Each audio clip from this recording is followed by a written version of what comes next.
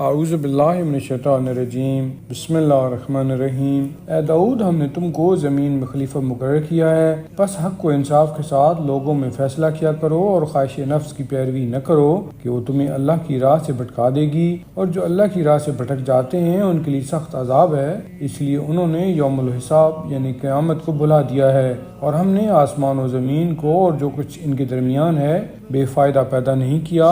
ان لوگوں کا گمان ہے جو کافر ہیں، بس کافروں کے لیے دوزخ کی بربادی ہے۔ کیا ہم ان لوگوں کو جو ایمان لائے اور نیک عمل کرتے رہے ان لوگوں کی مانند بنا دیں گے جو زمین میں فساد کرتے ہیں، یا کیا ہم پرہیزگاروں کو بدکاروں جیسا کر دیں گے؟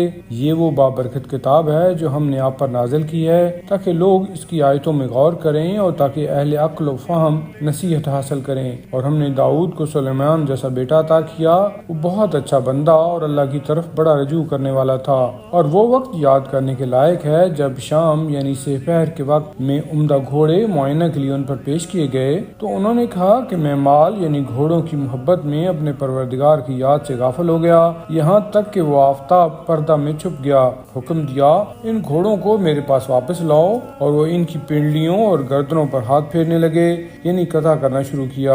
اور ہم نے سلیمان کو اس طرح آزمائش میں ڈالا کہ ان کے تخت پر ایک بے جان جسم ڈال دیا۔ پھر انہوں نے ہماری طرف رجوع کیا اور کہا، اے میرے پروردگار، مجھے معاف کر اور مجھے ایسی سلطنت عطا کر جو میرے بعد کسی کے لیے زیبا نہ ہو، بے شک تو بڑا عطا کرنے والا ہے۔ اور ہم نے ان کے لیے ہوا کو مسخر کر دیا تھا جو ان کے حکم سے جہاں وہ چاہتے تھے آرام سے چلتی تھی، اور شیاطین بھی مسخر کر دیے جو کچھ معمار تھے اور کچھ غوطہ خور، اور ان کے علاوہ کچھ ایسے سرکش بھی تھے جو زنجیروں میں جکڑے ہوئے تھے۔ یہ ہماری عطا ہے، آپ کو اختیار ہے جسے چاہے عطا کر اور جسے چاہے روک رکھ، اور بے شک ان یعنی سلیمان علیہ السلام کے لیے ہمارے ہاں خاص قرب حاصل ہے اور بہتر انجام ہے۔ اور ہمارے بندہ خاص ایوب کو یاد کرو جب انہوں نے اپنے پروردگار کو پکارا کہ شیطان نے مجھے سختی اور اذیت پہنچائی ہے، ہم نے حکم دیا کہ اپنا پاؤں زمین پر مارو، یہ ٹھنڈا پانی ہے نہانے کے لیے اور پینے کے لیے۔ اور ہم نے اپنی خاص رحمت اور صاحبان عقل و فکر کے لیے بطور نصیحت انہیں نہ صرف ان کے اہل و عیال واپس کر دیے بلکہ اتنے ہی اور بڑھا دیے۔ اور ہم نے کہا، اپنے ہاتھ میں شاخوں کا ایک مٹھا لو اور اس سے مارو اور قسم نہ توڑو، بے شک ہم نے انہیں صبر کرنے والا پایا، بڑا اچھا بندہ اور ہماری طرف بڑا رجوع کرنے والا۔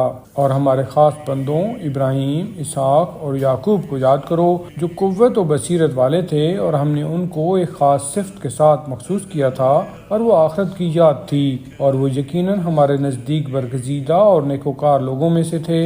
اور اسماعیل، الیسع اور ذوالکفل کو یاد کرو، یہ سب نیک لوگوں میں سے تھے۔